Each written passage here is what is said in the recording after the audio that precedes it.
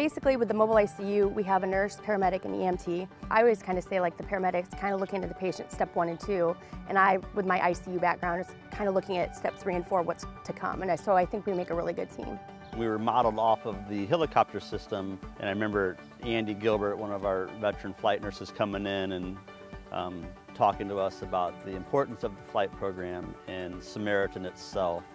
And so we felt like we had a lot of ownership in that, and we took from there and we hit the ground running. It took a lot of PR. I know one thing that we did is we went around to the hospitals and we kind of made pamphlets and talked to a lot of different physicians and a lot of ICUs and ERs and said, hey, this is what we are, this is what we did. I would say it probably took, what, 3 or 4 years for it to really kind of catch on? Probably almost to 5. We were getting utilized for mobile ICU runs, but then we were also doing a lot of non-mobile ICU runs. And since then our program is built, back then we only had us and a critical care truck.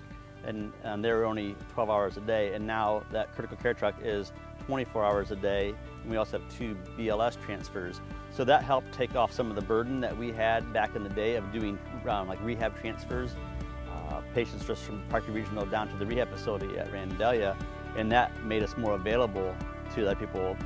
That way we could always be available just like the helicopter is in a timely fashion to respond.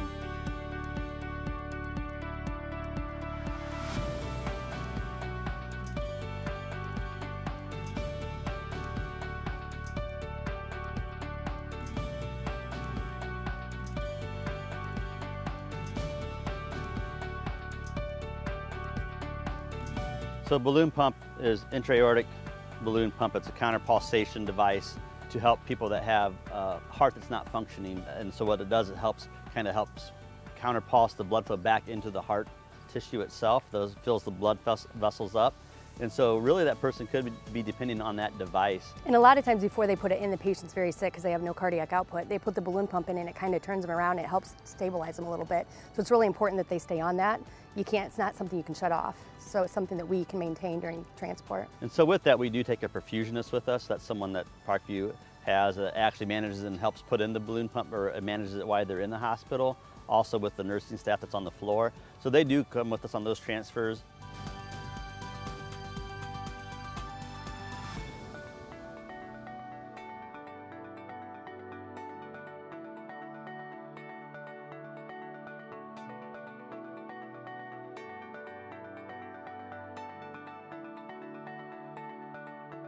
We do take a specialty, there's a special maternal team.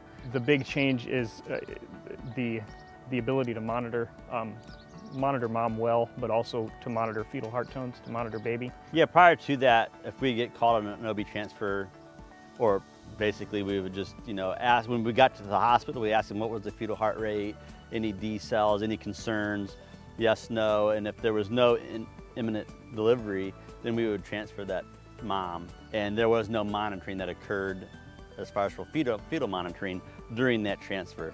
So adding the maternal transport aspect to us definitely provides better monitoring. There's an algorithm that we follow before we transport any of these OB patients, and the goal is for them not to deliver in transport. But they do carry some additional equipment, some neonatal specific medications in the event that the worst did happen and we do deliver a very small preterm baby. That's part of having the labor and delivery nurse and the respiratory therapist with us that really specialize better in those very small pediatric patients. So that's just something that I think when you have anything that specializes, it ensures that they're getting the best care that they need.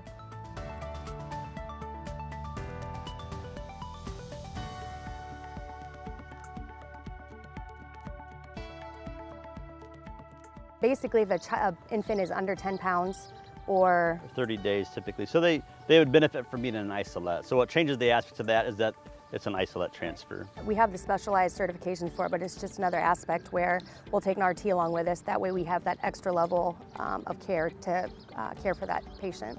And the respiratory therapists that go with us on those are all pediatric critical care or neonatal respiratory therapists. Anytime you know you're going to go get a small child or a premature infant, it kind of heightens that little bit of anxiety because you don't do them very often, so it's nice to have the respiratory therapist there to kind of, you can work together and provide the best care possible.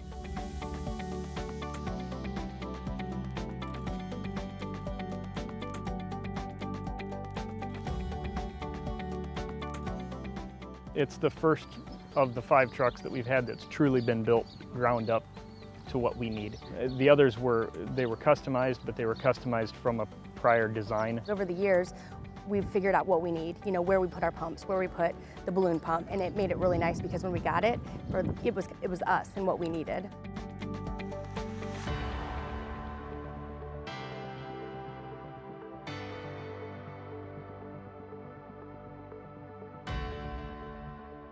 Each day is kind of an adventure. You never know where you're going to go. Like, I know personally, we've been to Pittsburgh before. A lot of people ask where we go, and a lot of times we'll go to Indianapolis, Cincinnati, but we really do, we kind of go everywhere. So it's not like we just are with our patient for 20 minutes. We actually have some pretty long transports we've done with some pretty sick patients, and it's a service I'm really glad we have. I expected challenges in this job because these really are some of the sickest of sick patients in the health system. That's been the best part, and I can't imagine what the next 10 years of challenges are going to bring.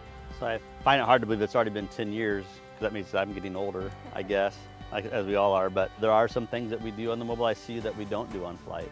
So it's kind of fun to know that you can specialize in that aspect in a team effort along with the perfusionist and other team members throughout the healthcare system and bring that care to that patient wherever they're at. I remember when I interviewed for this job, I remember we were at Parkview Randalia and going up to the 8th floor. I'm like, oh my gosh, this is where the flight crew is, you know. I remember being so excited, like, wow, I finally made it, because it's always been my goal to be a transport nurse, you know, and I worked in ICU for almost 10 years, and then I been doing this now for 10 years.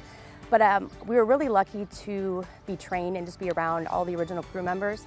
We've all grown together, and I hope we continue to grow together.